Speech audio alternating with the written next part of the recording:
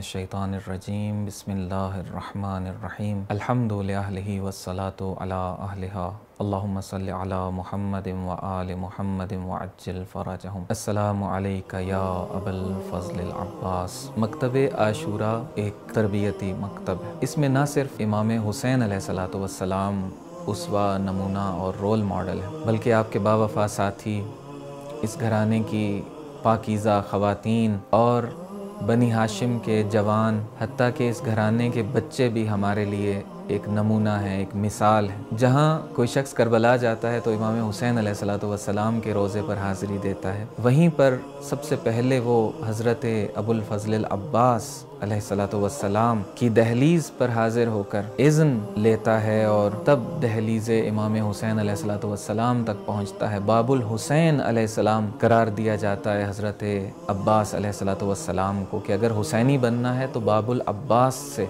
वारिद होना होगा और दाखिल होना होगा। क्यों इतनी अहमियत, क्यों? ज़ियारत नामे के अंदर दो बड़ी खुसूसियात हज़रत अबुल फ़ज़लिल अब्बास अलैहिस्सलातु वस्सलाम की बयान की गई। एक है आपकी बसीरत और एक है वफ़ा। बहुत कुछ सुना गया, बहुत कुछ कहा गया, बहुत कुछ इस हवाले से बयान किया गया, लेकिन चंद जुमले हम भी यहाँ पर अर्ज़ किए देते हैं। हज़रत अबुल फ़ज़लिल अब्बास अलैहिस्सलातु वस्सलाम की पूरी ज़िंदगी बसीरत और वफ़ादारी की एक रोशन मिसाल है। वफ़ा ऐसी कि जब नहर पर पहुँचे और पानी मयस्सर था, प्यास अपने औज पे पहुंच चुकी थी, लेकिन पानी नहीं पिया। क्यों? क्योंकि आका और मौला प्यासे थे, उनके बच्चे प्यासे थे, ख़वातीन प्यासी थी। तो वफ़ा का ये आलम है कि पानी मयस्सर होते हुए भी उसको न पिया। और बसीरत का ये आलम है कि जब शबे आशूर या 9 मुहर्रम को जब अमान नामा दिया गया तो उस अमान नामे को ठुकरा दिया और कहा कि क्या तुम ये चाहते हो कि मैं अपने आका को छोड़ दूँ? ये कैसे मुमकिन है? यानी इन लोगों ने हज़रत अब्बास अलैहिस्सलाम को पहचाना नहीं था। हमारे उस्ताद मोहतरम बयान फरमाया करते हैं कि मर्दों में सबसे ज़्यादा करीब इमाम हुसैन अलैहिस्सलाम के हज़रत अब्बास अलैहिस्सलाम थे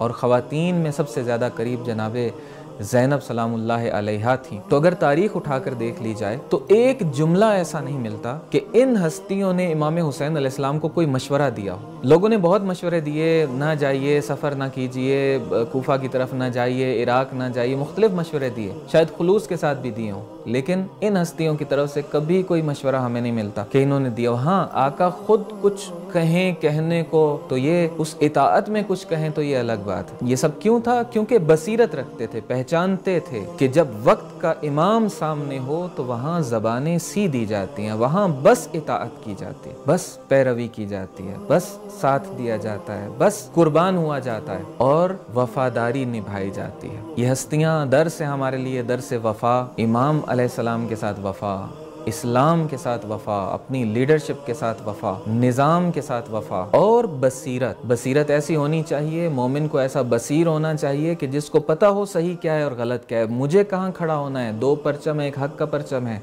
एक तरफ बातिल का परचम है, मुझे किस परचम के नीचे खड़ा होना है और किस लश्कर की स्याही में इजाफा करना है। ये बसीरत का तकाज़ा है। बस एक जुमला इस मुनासिबत से आखिर में मैं अर्ज़ करूँ कि इस वफ़ा के रस्ते में ऐसी कुर्बानियाँ दी कि जब हज़रत अब्बास अलैहिस्सलातु वस्सलाम के मरकज़ की तामीर नौ होने जा रही थी तो जो आलिम दीन थे, सैयद बुज़ुर्गवार थे वहाँ पर, वो उस इमार को नीचे मरकज़ में लेकर गए जब, तो उसने एक सवाल पूछा कि आका ये बताइए, गालिबन सैयद मेहदी बहरुल उलूम थे, उनसे पूछा कि आका ये बताइए कि हम तो रिवायात में पढ़ते थे कि आका का कद बहुत बुलंद था और जब सवारी पर सवार हुआ करते थे तो कदम ज़मीन से टकराते थे, तो या वो रिवायात गलत हैं या ये कब्र किसी और की है, चूँकि ये कब्र बहुत छोटी है। तो मैं कुर्बान जाऊँ, जनाब मेहदी बहरुल उलूम ने एक जुमला वहाँ पर उससे कहा, सर दीवार पर रख कर गिरिया करने लगे और एक जुमला कहते हैं कि जब आका हुसैन अलैहिस्सलाम हज़रत अब्बास का लाशा लश्कर